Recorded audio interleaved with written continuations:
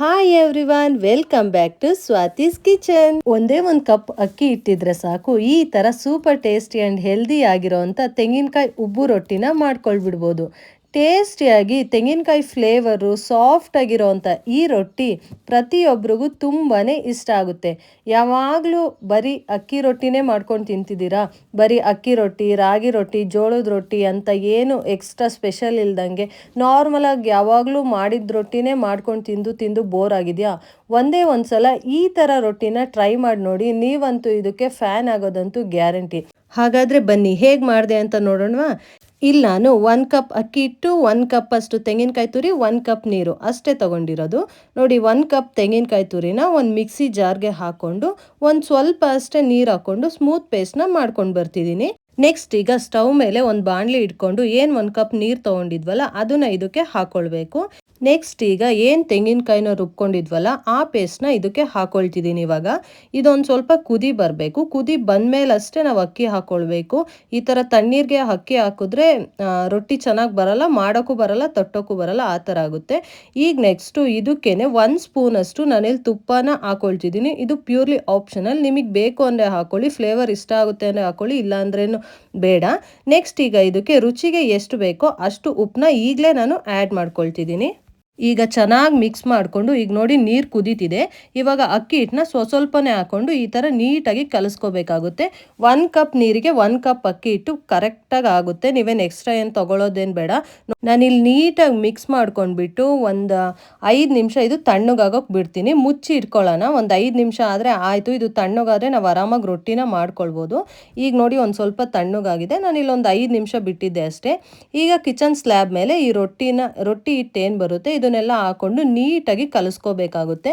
ನಾವೆಷ್ಟು ನೀಟಾಗಿ ಕಲಿಸ್ಕೊತೀವಿ ರೊಟ್ಟಿ ಕೂಡ ಅಷ್ಟೇ ಸಾಫ್ಟಾಗಿ, ಅಷ್ಟೇ ಉಬ್ಬಿ ನೀಟಾಗಿ ಚೆನ್ನಾಗಿ ಬರುತ್ತೆ.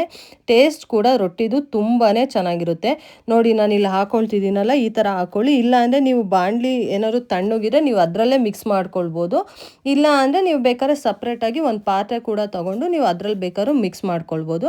ನಾನು ನೋಡಿ ಇಲ್ಲಿ ಕಿಚನ್ ಸ್ಲ್ಯಾಬ್ ಮೇಲೆ ಹಾಕ್ಕೊಂಡು, ಅಂದರೆ ಇನ್ನೂ ಒಂದು ಸ್ವಲ್ಪ ಇದು ಬಿಸಿ ಇರಬೇಕು, ಕೈಗೆ ಬೆಚ್ಚಗಾಗೋಷ್ಟು, ಅಂದರೆ ನಮಗೆ ಕಲ್ಸೋಕ್ಕಾಗೋಷ್ಟು ಬಿಸಿ ಇರಬೇಕು. ತೀರಾ ತಣ್ಣಗಾದ್ರೆ ರೊಟ್ಟಿ ಚೆನ್ನಾಗಿ ಬರಲ್ಲ. ಈ ಥರ ಬಿಸಿ ಇದ್ದಂಗೆ ನೀಟಾಗಿ ಈ ಥರ ಒಂದಕ್ಕೊಂದು ಹೊಂದ್ಕೊಳ್ಳೋ ಹಾಗೆ ನೀಟಾಗಿ ಕಲಿಸ್ಕೋಬೇಕಾಗುತ್ತೆ. ಚಪಾತಿ ಹಿಟ್ಟು ಬರುತ್ತಲ್ಲ ಆ ಥರ ನೀಟಾಗಿ ಮಿಕ್ಸ್ ಮಾಡ್ಕೊಳ್ತಿದ್ದೀನಿ. ನೋಡಿ, ಇದರಲ್ಲೇ ನೀವೇನು ಎಣ್ಣೆ ತುಪ್ಪ ಏನು ಇವಾಗ ಬಳಸೋ ಅವಶ್ಯಕತೆ ಏನಿಲ್ಲ, ಯಾಕಂದರೆ ತೆಂಗಿನಕಾಯಿ ಹಾಕೋದ್ರಿಂದ ಅದರಲ್ಲೇ ಎಣ್ಣೆ ಬಿಟ್ಕೊಳ್ಳುತ್ತೆ. ನೋಡಿ ಎಣ್ಣೆ ಎಲ್ಲ ಎಷ್ಟು ನೀಟಾಗಿ ಬಿಟ್ಕೊಳ್ತಿದೆ ಅಂತ. ಈಗ ಈ ಥರ ನೀಟಾಗಿ 1-2 ನಿಮಿಷ ಕಲಸ್ಕೊಂಡಿದ್ದಾದಮೇಲೆ ನೀಟಾಗಿ ಚಿಕ್ಕದಾಗಿ ನಮ್ಗೆ ಯಾವ ಸೈಜ್ ಬೇಕೋ ಆ ಸೈಜಲ್ಲಿ ಉಂಡೆಗಳನ್ನ ಮಾಡಿ ಇಟ್ಕೊಳ್ತಿದ್ದೀನಿ ನಾನಿಲ್ಲಿ. ಉಂಡೆಗಳನ್ನೆಲ್ಲ ಮಾಡಿ ಇಟ್ಕೊಂಡಾದ್ಮೇಲೆ ನೀಟಾಗಿ ರೊಟ್ಟಿ ತಟ್ಕೊಳಕ್ಕೆ ಬಂದರೆ ರೊಟ್ಟಿ ಥರ ತಟ್ಕೊಳ್ಬೋದು. ಇಲ್ಲ ನಿಮಗೆ ರೊಟ್ಟಿ ತಟ್ಟಕ್ಕೆ ಬರಲಿಲ್ಲ ಅಂದರೆ ಲಟ್ಟಣಿಗೆಯಲ್ಲಿ ನೀಟಾಗಿ ಲಟ್ಟಿಸ್ಕೋಬೋದು. ಯಾವ ಥರ ಬೇಕಾದ್ರೂ ಮಾಡ್ಕೊಳ್ಬೋದು. ನೀವು ನೋಡ್ತಿರ್ಬೋದು ನಾನು ಯಾವ ಥರ ಮಾಡ್ಕೊಳ್ತಿದ್ದೀನಿ ಅಂತ. ಈ ಥರ ನೀಟಾಗಿ ಉಂಡೆ ತಟ್ಕೊಂಡು, ನನಗೆ ಸ್ಲ್ಯಾಬ್ ಮೇಲೆ ಅಷ್ಟು ಕಂಫರ್ಟಬಲ್ ಆಗಲ್ಲ ತಟ್ಟೋಕ್ಕೆಲ್ಲ, ಸೊ ನಾನು ಮಣೆ ಮೇಲೇ ತಟ್ಕೊಳ್ತೀನಿ. ನಿಮಗೇನಾದರೂ ಈ ಥರ ಸ್ಲ್ಯಾಬ್ ಮೇಲೆ ಈಸಿಯಾದರೆ ನೀವು ಇದರಲ್ಲೇ ತಟ್ಕೋಬೋದು, ಇಲ್ಲ ಲಟ್ಟಿಸ್ಕೋಬೋದು. ನನಗಿದು ಅಷ್ಟು ಕಂಫರ್ಟಬಲ್ ಅಲ್ಲದೆ ಇರೋದ್ರಿಂದ ನಾನು ಮಣೆ ಮೇಲೇ ಈ ರೊಟ್ಟಿನ ಮಾಡ್ಕೊಳ್ತೀನಿ. ನೋಡಿ, ಈ ಹಿಟ್ಟಿನ ಉಂಡೆನ ನೀಟಾಗಿ ಕೈಯಲ್ಲೇ ಪ್ರೆಸ್ ಮಾಡ್ತಾ ಎಲ್ಲೂ ಕ್ರ್ಯಾಕ್ಗಳಿಲ್ದಂಗೆ ನೀಟಾಗಿ ರೌಂಡ್ ಶೇಪ್ ಮಾಡ್ಕೋಬೇಕು. ನೀವು ನೋಡ್ತಿರ್ಬೋದು ಎಲ್ಲೂ ಯಾವುದು ಕ್ರ್ಯಾಕ್ ಇಲ್ಲ. ಈ ಥರ ನೀಟಾಗಿ ತೆಕ್ಕೊಳ್ಬೇಕು. ತೆಂಗಿನಕಾಯಿ ಮತ್ತು ತುಪ್ಪ ಹಾಕಿರೋದ್ರಿಂದ ಕ್ರ್ಯಾಕ್ ಬಿಡುತ್ತೆ, ಸೈಡು ಕ್ರ್ಯಾಕ್ ಬರೋ ಸಾಧ್ಯತೆ ಜಾಸ್ತಿ ಇರುತ್ತೆ. ಅದಕ್ಕೆ ನೀವು ಈಗಲೇ ಉಂಡೆ ಮಾಡಿದಾಗಲೇ ನೀಟಾಗಿ ಕ್ರ್ಯಾಕ್ ಇಲ್ದಾಗೆ ನೀಟಾಗಿ ಮಾಡ್ಕೊಳ್ಳಿ. ನೋಡಿ ನಾನು ಇಲ್ಲಿ ರೊಟ್ಟಿನ ಫಸ್ಟ್ ಈ ಥರ ಕೈಯಲ್ಲೇ ಅಗ್ಲವಾಗಿ ಮಾಡ್ಕೊಳ್ತಿದ್ದೀನಿ. ನಿಮಗಿದು ಬಂದರೆ ಮಾಡ್ಕೊಳ್ಳಿ, ಇಲ್ಲಾಂದರೆ ಆರಾಮಾಗಿ ಲಟ್ಟಣಿಗೆಲ್ಲೇ ನೀವು ತಟ್ಕೋಬೋದು. ಈ ಥರ ನೀಟಾಗಿ ಶೇಪ್ ಕೊಡ್ತಾ ನಾನಿಲ್ಲಿ ತಟ್ಕೊಂಡ್ಬಿಟ್ಟು ಆಮೇಲೆ ಲಟ್ಟಿಸ್ಕೊಳ್ತೀನಿ. ನಿಮಗೆ ಯಾವ್ದು ಈಸಿ ಆಗುತ್ತೋ ಅದನ್ನು ಮಾಡ್ಕೊಳ್ಳಿ. ನಿಮಗೆ ತಟ್ಟೋದೇ ಬಂದರೆ ಈ ಥರ ತಟ್ಕೊಳ್ಳಿ.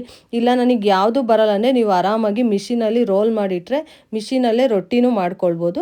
ನನಗೆ ಈ ಥರ ತಟ್ಟಿ ಮಾಡಿನೇ ಅಭ್ಯಾಸ. ನಿಮಗೆ ನೋಡಿ ಈ ಥರ ಒಂದು ತಟ್ಬಿಟ್ಟು ಇನ್ನೊಂದು ಲಟ್ಟಿಸ್ಬಿಟ್ಟು ತೋರಿಸ್ತೀನಿ. ನಿಮ್ಗೆ ಯಾವ್ದು ಕಂಫರ್ಟಬಲ್ ಆಗುತ್ತೆ, ಯಾವ್ದು ಈಸಿ ಅನಿಸುತ್ತೆ ನೀವು ಅದನ್ನೇ ಮಾಡ್ಕೊಳ್ಬೋದು. ನೋಡಿ ನಾನು ಇಲ್ಲೊಂದಿಷ್ಟು ಅಗ್ಲಕ್ಕೆ ತಟ್ಕೊಂಡು ನೆಕ್ಸ್ಟ್ ಲಟ್ಟಣಿಗೆಗೆ ಒಂದು ಸ್ವಲ್ಪ ಹಿಟ್ಟನ್ನ ಸವರ್ಕೊಂಡು ನೀಟಾಗಿ ಒಂದೇ ಡೈರೆಕ್ಷನಲ್ಲಿ ಈ ಥರ ಲಟ್ಟಿಸ್ಕೋಬೇಕಾಗುತ್ತೆ. ಒತ್ತಿ ಲಟ್ಸಕ್ಕೆ ಹೋಗಬೇಡಿ, ಯಾಕಂದರೆ ಕ್ರ್ಯಾಕ್ ಬಿಡೋ ಸಾಧ್ಯತೆ ಇರುತ್ತೆ. ಆಮೇಲೆ ರೊಟ್ಟಿ ಉಬ್ಬಿ ಬರಲ್ಲ. ನೀಟಾಗಿ ಜೆಂಟಲಾಗಿ ಮೇಲ್ಮೇಲಷ್ಟೇ ಈ ಥರ ನಿಧಾನಕ್ಕೇ ಲಟ್ಟಿಸ್ಕೊಳ್ಳಿ, ಆವಾಗಲೇ ರೊಟ್ಟಿ ಉಬ್ಬಿ ಬರೋದು. ನೀವು ತೀರಾ ಒತ್ತಿ ಎಲ್ಲ ರೊಟ್ಟಿನ ಲಟ್ಟಿಸ್ಬಿಟ್ರೆ ರೊಟ್ಟಿ ಉಬ್ಬಲ್ಲ, ಗಟ್ಟಿ ಬರುತ್ತೆ ಆವಾಗ ರೊಟ್ಟಿ. ನೋಡಿ ನಂದೀಗ ಆಗಿದೆ. ರೊಟ್ಟಿ ಯಾವಾಗಲೇ ಬೇಯಿಸ್ಕೋಬೇಕಾದ್ರೂ ಹಂಚನ್ನ ಹೈ ಫ್ಲೇಮಲ್ಲಿ ಇಟ್ಟೆ ಬೇಯಿಸ್ಕೋಬೇಕು, ಇಲ್ಲಾಂದರೆ ರೊಟ್ಟಿ ಗಟ್ಟಿಗಾಗುತ್ತೆ. ಗಟ್ಟಿ ಬೇಕು ಅಂದರೆ ಕಡಿಮೆ ಮಾಡಿ ಬೇಯಿಸ್ಕೋಬೇಕಾಗುತ್ತೆ. ನೋಡಿ, ಹೈ ಫ್ಲೇಮಲ್ಲಿ ಹಂಚನ್ನ ಕಾಯೋಕೆ ಇಲ್ಲಿ ಇಟ್ಕೊಂಡಿದ್ದೀನಿ. ಈಗ ರೊಟ್ಟಿ ಹಾಕ್ಕೊಂಡು ಈಗ ಮೇಲ್ಗಡೆ ನೀರು ಹಚ್ಕೋಬೇಕಾಗುತ್ತೆ. ನಾವು ಯಾವುದೇ ರೊಟ್ಟಿ ಮಾಡಿದ್ರು ಅಷ್ಟೇ ಹಿಟ್ಟು ಒಂದು ಕಡೆ ಇರುತ್ತಲ್ವ, ಅದಕ್ಕೆ ಒಂದು ಕಡೆ ನೀರು ಹಚ್ಕೊಳ್ತೀವಿ, ಇನ್ನೊಂದು ಕಡೆ ಹಿಟ್ಟೇನು ಇರಲ್ವಲ್ಲ ಅದನ್ನು ಕೆಳಗಡೆ ಬರೋಂಗೆ ಹಾಕ್ಕೊಳ್ಬೇಕಾಗುತ್ತೆ. ಮಲೆನಾಡು ಸೈಡೆಲ್ಲ ಮಾಡೋ ಅಕ್ಕಿ ರೊಟ್ಟಿಗೆ ಯಾವ ಸೈಡ್ ಕೂಡ ನೀರು ಹಚ್ಚೋ ಅಷ್ಟೇ ಇರಲ್ಲ, ಆರಾಮಾಗಿ ನೀವು ಹಂಚು ಮೇಲೆ ಬೇಯಿಸ್ಕೊಂಡು ಕೆಂಡದ ಮೇಲೆ ಸುಡೋದಾಗಿರುತ್ತೆ. ಬಟ್ ನಾವು ಈ ಥರ ಮಾಡೋ ತಟ್ಟೋ ರೊಟ್ಟಿಗಳೆಲ್ಲ ಇದೇ ಥರನೇ ಒಂದು ಸೈಡ್ ನೀರು ಹಚ್ಚೋ ಥರನೇ ಬರುತ್ತೆ. ನೋಡಿ, ನಾನು ತಿರುವು ಹಾಕ್ಕೊಂಡು ನೀಟಾಗಿ ಬೇಯಿಸ್ಕೊಳ್ತಿದ್ದೀನಿ. ನೀವಿಲ್ಲಿ ನೋಡ್ತಿರ್ಬೋದು ರೊಟ್ಟಿ ಎಷ್ಟು ಚೆನ್ನಾಗಿ ಉಬ್ಬಿ ಬರ್ತಿದೆ ಅಂತ. ನನಗೆ 1 ಕಪ್ ಹಿಟ್ಟಲ್ಲಿ ಇಲ್ಲಿ 7ರಿಂದ 8 ರೊಟ್ಟಿಯಷ್ಟು ನಾನಿಲ್ಲಿ ಮಾಡ್ಕೊಂಡಿದ್ದೀನಿ. ನಿಮಗೆ ಸೈಜ್ ಮೇಲೆ ರೊಟ್ಟಿಗಳು ಡಿಪೆಂಡ್ ಆಗುತ್ತೆ. ಎಲ್ಲ ರೊಟ್ಟಿನೂ ಹೀಗೆ ಸೂಪರ್ ಸಾಫ್ಟಿಯಾಗಿ ಉಬ್ಬಿ ಬಂದಿತ್ತು. ನೀವು ಈ ರೊಟ್ಟಿನ ಎಷ್ಟು ತೆಳುವಾಗಿ ಬೇಕಾದ್ರೂ ಲಟ್ಟಿಸ್ಕೋಬೋದು ಅಥವಾ ತಟ್ಕೋಬೋದು, ಬಟ್ ಒತ್ತಿ ಒತ್ತಿ ಪ್ರೆಸ್ ಮಾಡ್ತಾ ಮಾತ್ರ ಲಟ್ಟಿಸ್ಕೋಬೇಡಿ, ಅವಾಗ ಉಬ್ಬಿ ಬರಲ್ಲ. ಈ ಥರ ಜೆಂಟಲ್ ಆಗಿ ನೀವು ಲಟ್ಟಿಸ್ಕೊಂಡಿದ್ದೇ ಆದರೆ ಈ ಥರ ನೀಟಾಗಿ ರೊಟ್ಟಿಗಳೆಲ್ಲ ಉಬ್ಬಿ ಬರುತ್ತೆ. ನೀವು ನೋಡ್ತಿರ್ಬೋದು, ನಾನು ಇನ್ನೊಂದು ರೊಟ್ಟಿ ಕೂಡ ಮಾಡಿ ನಿಮಗೆ ಎಲ್ಲ ರೊಟ್ಟಿನೂ ಹೀಗೆ ಉಬ್ಬಿ ಬರುತ್ತೆ. ನೀವು ಮಾಡ್ಕೊಳ್ಳೋದ್ರ ಮೇಲೆ ಡಿಪೆಂಡ್ ಅಷ್ಟೇ. ಒಂದು ಚೂರು ಸೈಡ್ಸ್ ಆಗಲಿ ಕ್ರ್ಯಾಕ್ ಇಲ್ದಂಗೆ ನೀಟಾಗಿ ಬರುತ್ತೆ.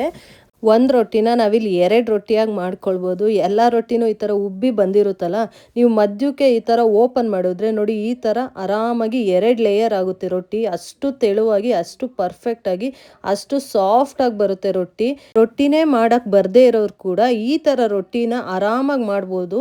ಈ ಥರ ರೊಟ್ಟಿ ಮಾಡಿಕೊಟ್ರೆ ಮನೆಯವರಿಗೆಲ್ಲ ತುಂಬಾ ಇಷ್ಟಪಟ್ಟು ತಿಂತಾರೆ. ಅಷ್ಟು ಟೇಸ್ಟಿಯಾಗಿರುತ್ತೆ ತೆಂಗಿನಕಾಯಿ ಫ್ಲೇವರ್ ಎಲ್ಲ. ನಿಮಗೂ ಏನಾದ್ರು ಈ ರೆಸಿಪಿ ಇಷ್ಟ ಆಗಿದ್ರೆ ನೀವು ಒಂದ್ಸಲ ಈ ರೆಸಿಪಿನ ಟ್ರೈ ಮಾಡಿ ಹೇಗೆ ಬಂತು ಅಂತ ನನಗೆ ಕಮೆಂಟ್ ಮಾಡಿ. ಸಬ್ಸ್ಕ್ರೈಬ್ ಮಾಡದೆ ನೋಡ್ತಿರೋರು ಪ್ಲೀಸ್ ಸಬ್ಸ್ಕ್ರೈಬ್ ಮಾಡ್ಕೊಂಡು ನೋಡಿ. ಹಾಗೆ ಪಕ್ಕದಲ್ಲೇ ಇರೋ ಬೆಲ್ ಐಕಾನ್ನ ಕ್ಲಿಕ್ ಮಾಡಿ. ಹಾಗೆ ಒಂದು ಲೈಕ್ ಕೊಡೋದನ್ನ ಮಾತ್ರ ಮರಿಬೇಡಿ. Thank you for watching.